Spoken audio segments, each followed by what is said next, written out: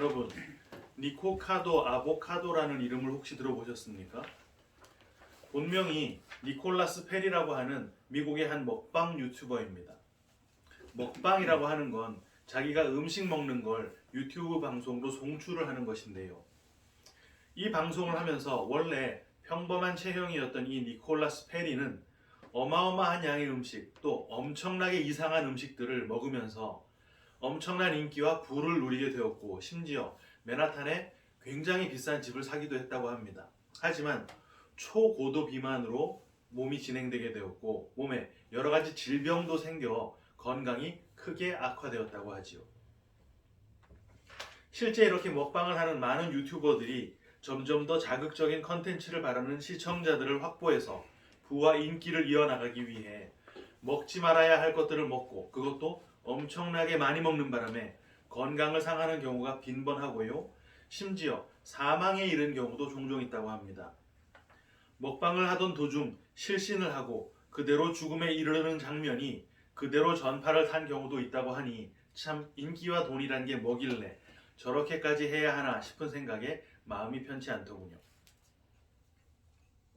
지난 시간 우리는 예수님께서 세리 마태를 부르신 그 사건을 함께 나눴습니다. 그 사건은 예수님께서 부르실 때 모든 것을 다 버리고 담대하게 주님을 따라 나서야 한다 라는 식의 결단을 선동하는 내용이 아니었지요. 세리라고 하는 그 직업 자체가 유대인들에게는 죄를 지었느냐 안 지었느냐라고 하는 그 행위와 무관하게 이미 죄인으로 확정이 되어 있는 존재였고, 존재 자체가 그렇게 죄인인 그 세리는 어떤 율법적인 절차나 제사를 통해 죄인이라고 하는 그 자리에서 벗어날 수가 없는 자였습니다. 왜? 율법적인 제사라는 것은 실제 율법을 범했을 때 그 범죄를 용서받는 장치인데, 세리는 율법을 다 지켰다 하더라도 죄인일 수밖에 없었으니까요. 다시 말해, 율법적인 제사는 존재 자체를 바꿔낼 수 있는 기능이 없었기 때문에 세리는 율법을 통해서는 의인이 될 수 없었다라는 말인 것입니다. 그런데 거기에 율법이 아닌 긍휼이 부어지니까 존재 자체가 죄인이었던 자, 그게 어떤 자요? 생명의 양식을 공급받지 못하던 자, 그런 마태의 집에서 먹을 것이 있는 잔치가 벌어진 사건, 그게 바로 세리 마태를 부르신 사건의 내용이었고, 그 먹을 것은 바로 생명의 떡이신 예수 그리스도였다라는 것을 우리가 확인했습니다. 오늘 이야기는 지난주에 이어서 예수님께서 마태의 집에서 식사를 하고 계시던 그때 바로 그 자리에서 일어난 사건을 기록하고 있는데요.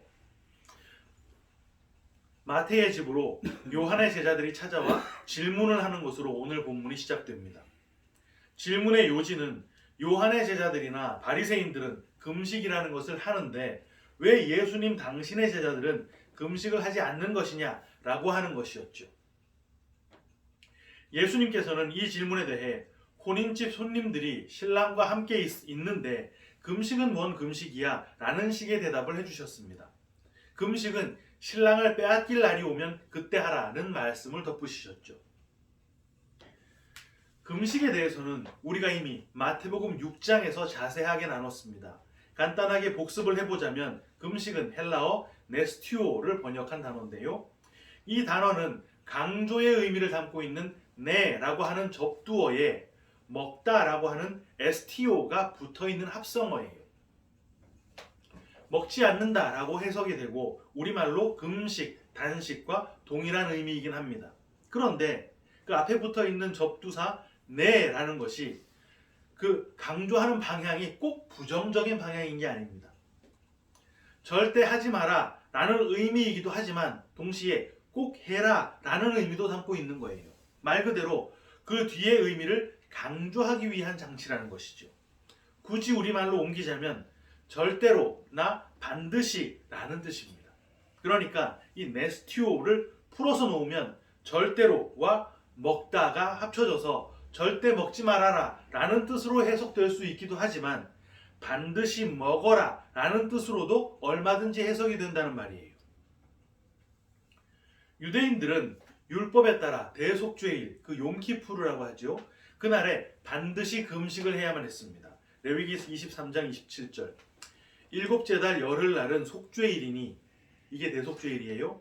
너희는 성회를 열고 스스로 괴롭게 하여 여호와께 화제를 드리고 29절도 보자면 이날에 스스로 괴롭게 하지 아니하는 자는 그 백성 중에서 끊어질 것이라. 여기에서 스스로 괴롭게 하다라는 것을 금식으로 받아들여서 이 유대력 7월 10일에는 모두가 다 금식을 했던 것이고 유대인들은 지금까지 그렇게 하고 있습니다. 하지만 그 진의는 그렇게 밥을 굶어라 라고 하는 게 아니었지요. 여러분, 대속죄일이 무엇입니까? 모든 죄가 사해지는 그런 날입니다. 모든 죄가 다 사해지면 지난주 개념으로 어떻게 된다고요? 진짜 생명의 양식인 예수가 생명이 없어 굶주리던 죄인들에게 주어진다 그랬잖아요. 그럼 그 죄인들은 진짜 생명의 양식인 예수를 먹고 그게 예수와 하나가 되는 연합, 혼인이라 그랬지요. 그렇게 진짜 양식을 이제 먹게 되었으니까 그동안 먹고 있었던 가짜 양식, 이 세상의 어떤 것, 율법에 속한 행위 이런 거 더는 안 먹어도 되는 상황이 된 거잖아요. 그래서 금식이라는 게 그렇게 두 의미를 다 갖게 된 것입니다. 이 세상의 가치로 여겨졌던 그 가짜 양식, 그 율법적으로만 가치 있었던 행위의 소산물 이런 거 더 이상 나의 양식이 아니구나 하는 거 깨닫게 되어서 이제 끊어버리는 거, 그게 바로 금식인 것이고 그 금식으로 인해 굶주린 나에게 주어진 진짜 하늘의 양식, 예수를 반드시 나의 생명으로 먹는 거, 그게 바로 금식이란 말이에요. 그 금식을 하는 날이 대속죄일 딱 하루였다는 말입니다. 그런데 유대인들은 그 대속죄일에 딱 한 번만 했으면 되는 그 금식을 바리새인들은 막 일주일에 2번씩 1년에 100번을 했습니다. 세례 요한의 제자들이라고 뭐 더 나은 게 없었죠. 바리새인들처럼 계속 금식을 했습니다. 그렇게 계속해서 금식을 하다 보니까 자기네들은 참 힘들고 고달픈데 예수님의 제자들을 보니까 이거 금식을 안 하네요. 그래서 지금 예수님께 나와서 아니 왜 제자들한테 금식을 안 시키세요? 이렇게 질문을 했던 것이고 그에 대한 당연한 대답을 주님께서 주신 것입니다. 뭐라고 대답했습니까? 진짜 양식인 내가 지금 주어져 있는데 뭔 금식을 하라는 것이니 지금 너희들이 율법을 근거해서 밥 굶고 있는 거 그거 금식 아니야. 그거 지금 세상의 힘 꾸역꾸역 먹고 있는 거야. 율법의 행위 꾸역꾸역 먹고 있는 거야. 그 먹는 그걸 끊고 나를 먹으라고. 그게 너희들의 그 가짜 금식을 중단하는 것이고 그게 바로 대속죄일에 해야 할 진짜 금식인 거야. 이 말씀을 하고 계신 것입니다. 이 본문에서 혼인집 손님들이라고 번역된 단어는 명백한 오역입니다. 이 손님들이라는 말을 현대인의 성경에서는 신랑의 친구들이라고 번역을 해놓고 킹제임스 번역에서는 혼인집의 아이들이라고 나와 있지요. 헬라 원어에는 이게 손님들이 아니라 아들들입니다. 그렇게 바꿔서 15절을 읽으면 이렇게 되겠지요. 예수께서 그들에게 이르시되 혼인집 아들들이 신랑과 함께 있을 동안에 슬퍼할 수 있느냐? 그러나 신랑을 빼앗길 날이 이르리니 그때에는 금식할 것이니라. 여러분, 아들이라는 게 뭡니까? 상속을 받는 자, 상속을 받는 사람이 아들입니다. 그리고 그 상속은 아들 중에 장자가 받는 것이죠. 그럼 진짜 아버지이신 하나님의 상속을 받을 자는 장자이신 예수님밖에 없겠네요. 하지만 그 장자는 죽어서 상속권이 없었던 차자들에게 상속권이 넘어가게 됩니다. 그 차자들이 그래서 모두 다 장자의 권리를 얻게 되는 것, 그게 바로 구원인 것이고 그렇게 구원을 받은 자들을 일컬어 히브리서 기자는 장자들의 총회라고 불렀었던 것이죠. 그게 바로 주님의 신부였던 교회라는 말입니다. 그러니까 오늘 본문 15절은 혼인집에 하객들 굶기면 안 되는 것이지 반드시 배불리게 먹여줘야지 뭐 이런 말 하려는 게 아니라 혼인집의 아들들, 그거 뭐라고요? 신부가 신랑 예수와 함께 있을 때 금식을 할 수 없고 신랑을 빼앗기게 되면 금식한다 라는 말을 하고 있는 것이라는 말입니다. 오늘 본문이 지난주 부르심을 입은 마태의 집으로 주님께서 가셔서 거기서 함께 식사를 하고 있던 그 시점에 일어난 일이라 그랬지요. 그럼 지금 그 식사를 하고 있는 마태의 집을 예수님께서 뭐라고 하고 계신 것입니까? 혼인집. 그리고 그 혼인집에서 지금 함께 식사를 하고 있는 모든 세리들은 다 뭐란 말인가요? 그 죄인들 다 뭡니까? 혼인집 아들들, 장자들의 총회, 교회, 신랑 예수의 신부, 이렇게 그려져 있는 상황이란 말입니다. 그럼 신부가 신랑과 함께 있는데 다른 말로 뭡니까? 양식이 없어서 슬피 울며 이를 갈았어야 했을 그 존재, 죄인이었던 그 존재가 양식, 하늘의 떡, 예수를 받아 먹고 있는 상태란 말이잖아요. 그게 바로 혼인이고, 그게 연합이고, 그게 하나됨이라 그랬지요. 그게 마태의 히브리식 이름 레위라는 이름의 뜻이었습니다. 신랑 신부가 함께 있는 그 자체가 진짜 양식을 먹고 있는 상태인 것이고, 그게 진짜 금식을 하는 것임과 동시에 가짜 금식에서 벗어난 것이라는 말을 하는 거예요. 그런데 신랑을 빼앗길 날이 온다고 합니다. 그리고 그때는 금식을 한다고 하는데, 이게 신부가 신랑 뺏기면 과부가 돼서 슬퍼서 곡기를 끊게 되는 것이지 이런 말 하는 게 아닙니다.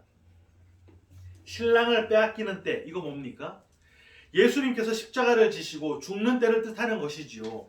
지금 신랑 자체가 참 양식인데 신랑을 빼앗기면 그 자체로 먹을 게 없어지는 상태가 된단 말입니다. 먹을 게 없어짐과 동시에 어떤 일이 일어나게 됩니까? 당연히 입안에 양식이 없어지니까 슬피 울면서 이를 가는 일, 딱딱 음식을 씹으려 그러는데 음식이 없으니까 이빨끼리 서로 부딪히는 그런 상태, 금식의 상태로 돌아가게 되겠지요. 그래서 요즘도 사순절이 되면 전교회적으로 막 금식을 하라고 늘 말을 합니다.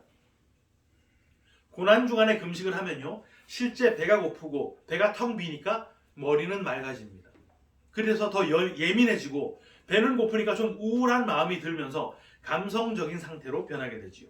그러다 보니까 예수님의 매맞는 장면 읽고 손발에 못 박히는 그 내용 읽고 또 그렇게 예수님의 육신적인 고난이 과도할 정도로 연출이 된 그런 영화 같은 거 보다 보니까 배고픈 소름에 겹쳐서 막 눈물도 나고 하는데, 그걸 금식을 했더니 은혜를 받더라는 식으로 호도하는 것이죠.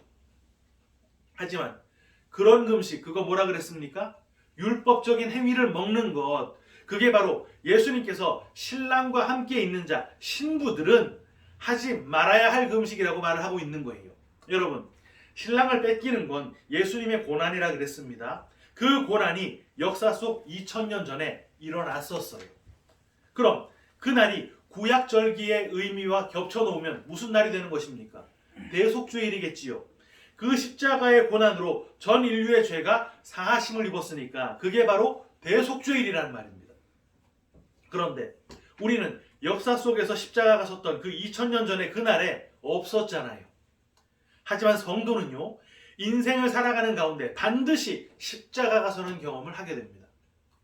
영원 속에서는 태어나기도 전, 만세 전에 구원을 확정지은 존재로 택하심을 입었고 영원을 살아가는 성도들이 맞지만, 역사라고 하는 인생 속에, 시간 속에 시차를 두고 태어나서 율법의 짐을 지고 각자의 인생을 살아가는 것이죠. 그 가운데 아무리 몸부림을 쳐도, 아무리 율법적 행위를 꺼내 놓아도 그거 뭐요? 먹지 말아야 할 것을 꾸역꾸역 먹으면서 생명 양식은 먹지 못하는 그 금식, 그런 금식을 통해서는 죽음에서 벗어날 수 없구나, 내가 그런 존재적인 죄인이로구나, 이거 발견하고 십자가의 은혜로 대전향하는 대반전의 순간, 대속죄일이 반드시 온다는 말입니다. 그때 율법의 짐을 내려놓고, 왜요? 어차피 이 율법의 방식으로는 구원받는 것이 불가능하니까, 앞서 우리가 공부했던 표현으로 하자면 내가 노젓는 것으로는 건너편에 도달할 수가 없으니까, 지난주 표현을 빌리자면 아무리 율법을 다 지켜내도 나는 존재 자체가 세리니까 그 율법을 내려놓게 된다는 말입니다. 그리고 그 율법 내려놓은 빈 어깨에 은혜의 십자가를 지는 순간이 오게 되는 거예요. 유대인들의 혼인 풍습을 알면 전체 그림이 조금 더 명확해지실 텐데요. 유대인들은 결혼을 할 때 정혼이라는 걸 먼저 합니다. 약혼과 비슷한 것이죠.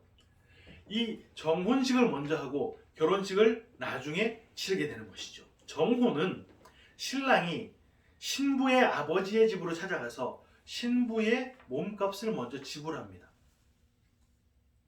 우리나라랑은 참 다르죠. 그때부터 대략 일주일 정도 신부의 집에서 정혼에 대한 잔치를 하는데요. 신랑은 신부에게 포도주를 따라주면서 프로포즈를 하는 거예요. 신부가 그 잔을 받아 마시면 그 정혼이 성립이 됩니다. 그리고 신랑은 신부의 집을 떠나 자기 아버지 집으로 돌아가게 돼요. 이때 신랑은 신부에게 청혼을 수락해 준 것에 대한 선물을 주는데요. 이걸 빙패물이라고도 하지요. 10개의 드라크마 비율을 나눌 때 우리가 확인했던 부분입니다. 신부는 그 빙패물을 가지고 신랑이 다시 돌아올 때를 기다리게 되는데, 신랑이 언제 돌아올 것인지 그 날짜를 결정하는 것은 신랑의 아버지의 권한에 달려 있어요. 그래서 그 날과 그 때를 아무도 모르는 것입니다. 아버지만 아는 것이죠. 신랑은 아버지의 집으로 돌아가서 그때부터 신부와 함께 머무를 그 처소를 준비하게 됩니다. 그 처소가 다 예비되는 기간이 보통은 1년가량 그렇게 소요된다고 하는데요. 최소 1년 이상, 그리고 길어도 2년이 넘지 않는 그 기한 내에 신부의 처소를 다 마련한 신랑은 아버지의 뜻에 따라 아버지의 보내심을 받고 신부를 데리러 신부의 집으로 다시 돌아오게 됩니다. 신부는 언제 신랑이 오더라도 신랑을 즉시 따라 나설 준비가 되어 있어야 해요. 혹여라도 준비가 되어 있지 않으면 낭패가 일어나니까 신랑은 신랑의 친구들을 먼저 보내서 곧 신랑이 올 것이다 라는 것을 계속 알려주는데, 실제 신랑이 신부의 집 가까이 오게 되면 들러리들이 나팔을 불면서 신랑이 신부를 데리러 왔다라는 것을 알리게 됩니다. 신부와 함께 있었던 신부의 들러리들은 이때 불을 밝히고 신랑을 맞이하죠. 신랑이 신부의 집으로 들어가게 되면 그 문을 닫고 잔치가 벌어지는데요. 이 잔치는 실제 결혼식이 아니고 신부가 신랑의 집으로 떠나게 될 것을 축하하는, 또 한편으로는 딸을 떠나보내는 섭섭함을 달래기 위해 일종의 축하 피로연 같은 개념의 잔치입니다. 이 잔치가 끝나면 신부는 신랑을 따라 신랑의 아버지 집으로 가게 되지요. 그리고 신랑의 아버지 집에 도착한 뒤에 실제 결혼식이 시작되기 직전까지 신랑 신부는 금식을 하게 되는데, 이걸 개인적인 대속죄일이라고 합니다. 그 개인적인 대속죄일을 지나고 나서 결혼식을 하게 되는 것이고, 신랑이 신부에게 반지를 끼워주지요. 그리고 결혼증서에 서명을 하고 낭독을 한 뒤 신부에게 건네줍니다. 이 결혼식이 끝나면 그때부터 7일 동안 혼인잔치가 열리게 되는데, 결혼식에 초대받은 사람들은 누구나 이 잔치에 참여하게 되죠. 그때 엄청난 양의 포도주가 공급이 됩니다. 하지만 포도주가 동이 나면 가나 혼인잔치에서 보셨던 것처럼 그 잔치는 끝나게 되는 거예요. 더 이상 그 집은 잔치집이 아닌 게 됩니다. 이렇게 유대인의 결혼 풍습은 성경의 여러 내용과 연관이 되어 있습니다. 정혼을 한 정혼녀가 다시 돌아올 신랑을 기다리는 그 기간, 그 1, 2년의 기간에는 신부의 소유권을 가진 그 신부의 아버지와 여전히 함께 살고 있는 것이죠. 그리고 이 기간 동안 신부는 신부 수업을 받게 되는데, 엄격하고 철저하게 율법에 따른 규례와 법도를 배워나갑니다. 이 기간이 바로 바울이 말했던 율법의 초등학문을 배우는 기간인 것인데요. 이 초등학문을 마음대로 건너뛸 수 없습니다. 자유함 얻었으니까 율법 필요 없어, 그렇게 건너뛸 수 있다고 벅벅 우기는 게 구원파들이지요. 아무튼 이렇게 율법에 매여 있는 기간 동안에는 신랑이 옆에 없잖아요. 참 생명의 양식인 신랑이 없는 기간, 이거 뭐라고 했습니까? 먹지 말아야 할 율법을 먹으면서 먹어야 할 신랑을 먹지 못하는 기간, 금식의 기간이라 그랬잖아요. 그리고 그 금식은 결혼식 직전 개인적인 대속죄일을 기해 모두 다 해소가 됩니다. 그리고는 결혼식이 이루어지니까. 그럼 오늘날을 살아가는 우리가 이제 금식을 할 필요가 있습니까? 밥 안 먹고 밥 먹고 하는 그런 금식 말고 율법의 행위에 매여 있을 필요가 있냐는 말입니다. 우리는 인생 속에서 이미 대속죄일을 지나왔는데, 다시 말해 우리 인생에 이미 십자가가 섰고 다시 오신 신랑, 그건 누굽니까?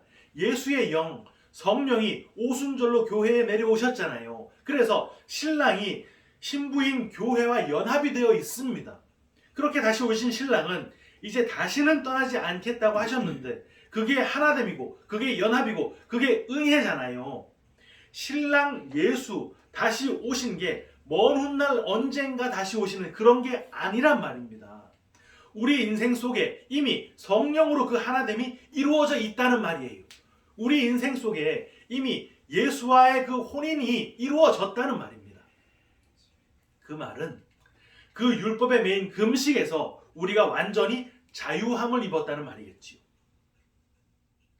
여기에 생배조각 이야기와 세포도주 세부대 이야기가 따라붙는 거예요. 원래 이걸 다 한 편으로 준비했었는데 이게 너무 길어져서 이 부분은 분리해서 다음 주에 자세히 나누도록 하겠습니다. 성령으로 이미 신랑과 하나가 되신 사랑하는 키퍼스 처치 성도 여러분, 율법의 짐 벗어 던지면 이제 막 방종하고 제멋대로 살고 은혜 운운하면서 세상에 막 뒹굴고 살면 어떡하냐, 그런 걱정이 혹시 되십니까? 그 어깨 위에 십자가 안 지고 있어서 하는 소리입니다. 율법의 짐을 던져버린 우리 신부들, 우리 성도들의 어깨에는 성도들만 짊어지는 십자가라는 게 얹혀지게 되는데, 그 십자가 지는 게 율법의 짐을 지는 것보다 쉬울 것 같으세요? 천만의 말씀입니다. 아니, 그 멍에는 쉽고 그 집은 가볍다면서. 네, 진리 안에서 자유함 얻었으니까 당연히 쉽고 가볍겠지요. 하지만 성도인데도 여전히 불순종의 몸을 입고 있는 우리이다 보니까 이 십자가가 얼마나 걸리적거리는지 당장이라도 벗어 던지고 싶더란 말입니다. 그런데 벗겨지지가 않아요. 그래서 힘이 든 것입니다. 진짜 무거운 그 율법의 짐 낑낑대고 짊어지던 그때는 힘은 분명히 든데 보람이 있었거든요. 뿌듯했거든요. 하지만 주님의 십자가라고 하는 그 내 본성과는 전혀 다른 걸 지다 보니까 내 본성은 부서져 나가고 보람 따위 찾아볼 수가 없더란 말입니다. 그래서 그렇게 힘들고 어려운 거예요. 그거 사실 우리에게 그냥 얹어놓고 혼자 가보아 했으면 벌써 내팽개쳤을 것입니다. 하지만 그렇게 내팽개칠 수 있도록 내버려 두질 않으시죠. 주님께서 함께 그 십자가라고 하는 멍에를 짊어지고 계십니다. 우리가 그래서 그때 할 수 있는 거라곤 발버둥 치고 버팅기며 반항하면서도 그 멍에를 실제 끌고 나가시는 예수님에게 끌려가는 것밖에 할 수 없는 거예요. 무슨 말입니까? 그 십자가를 계속 지고 걸어갈 수 있었던 것은 우리는 계속 주님의 그 행진에 걸림돌이 될 뿐이지만 실패하지 않으시는 주님께서 끝까지 그 길을 걸어가고 계시기 때문이란 말입니다. 우리는 그때에 우리의 뜻을 계속 꺾임당하면서 끝까지 끌려갈 뿐인 것이죠. 마침내 그 길 끝에서 우리는 혼자 그 짐을 다 져주신 주님께 면목도 없고 죄송해서 고개를 들 수 없는 입장일 수밖에 없지만, 오히려 우리에게 너 참 고생했다, 이 힘든 길 따라오느라고 정말 수고했다, 이렇게 칭찬해 주시는 주님을 발견하게 될 것입니다. 이 믿음 붙들고 십자가의 길 끝까지 걸어가는 우리 모두가 다 되시기를 주님의 이름으로 축원합니다. 아멘. 함께 기도하겠습니다. 사랑과 은혜가 많으신 하나님 아버지, 율법의 짐을 지고 율법을 내 행위로 지켜내며 그 행위의 부산물을 주님께 들이밀고 그것이 나의 자랑인 양 주님 앞에서 교만을 떨었습니다. 그것이 참된 양식을 먹지 못하는 진짜 굶주린 것을 깨닫게 해주셨기에 그 율법의 행위를 모두 주님 앞에 내려놓고 참된 양식이신 주님으로 배불리는 진짜 금식을 시작하려고 합니다. 연약한 우리를 끝까지 붙들어 주시고 참된 양식 예수만으로 배불리며 우리 인생 끝까지 믿음의 길 걸어갈 수 있도록 우리를 붙들어 주시옵소서. 아멘. 감사와 영광을 주님께 올려드리며 예수님의 이름 받들어 간절히 기도하옵나이다. 아멘. 아멘.